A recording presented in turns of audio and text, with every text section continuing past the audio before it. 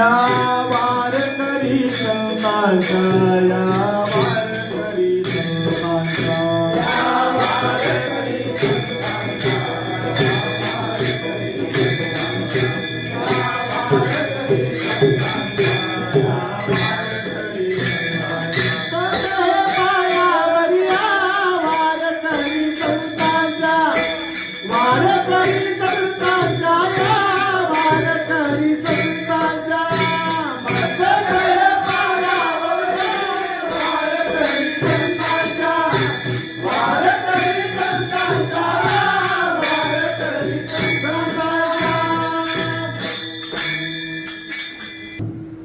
त्या वेळेपासून म्हणजे भगवान शंकरापासून पहिली वारी चालू झाली, त्यातून आतापर्यंत ते हे पूर्ण म्हणजे पंढरपूर वारीचा हा प्रवास कंटिन्यू म्हणजे अजून अहेरात्र चालूच आहे.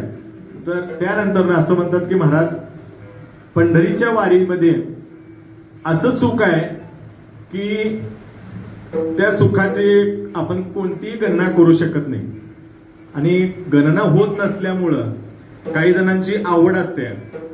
आवड ही काही जण म्हणजे मनापासून असणारी आवड किंवा पाठीमागणं आलंय म्हणून चालवायचं म्हणून आवड, अशा 2-3 प्रकार आहेत. काही जणांचं म्हणणं असं असते की वडिलांची चालवाले म्हणून करायची वारी, काहीची आत्ता घेतलेली असेल किंवा पूर्वीची असेल पण परंपरेनं आलेली वारी असेल, जे परंपरागत म्हणजे फडकरी आहेत त्यांची कमीत कमी आता आपल्याच वास्करपडांची 13वीच वंशज आहेत, ते 13वी पिढ्या चालत आलेले आहेत.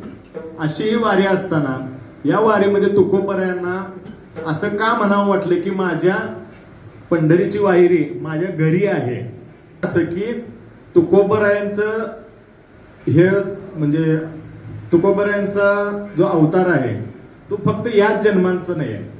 तो अवतार हा पूर्वी तर भक्त प्रल्हाद, त्यानंतर नामदेवराय, त्यानंतर निळोबार आहे आणि त्याच्यानंतर तुकोबर आहे. पण तुकोबरायांच्या आधी 7 पिढ्या त्यावेळेला म्हणजे साष्टांग म्हणजे दृष्टांत दिल्यानंतर तुझे पुढे म्हणजे तू बाबा की आत्ताची ही नाही आहे, कमीत कमी जन्मजन्मांतरी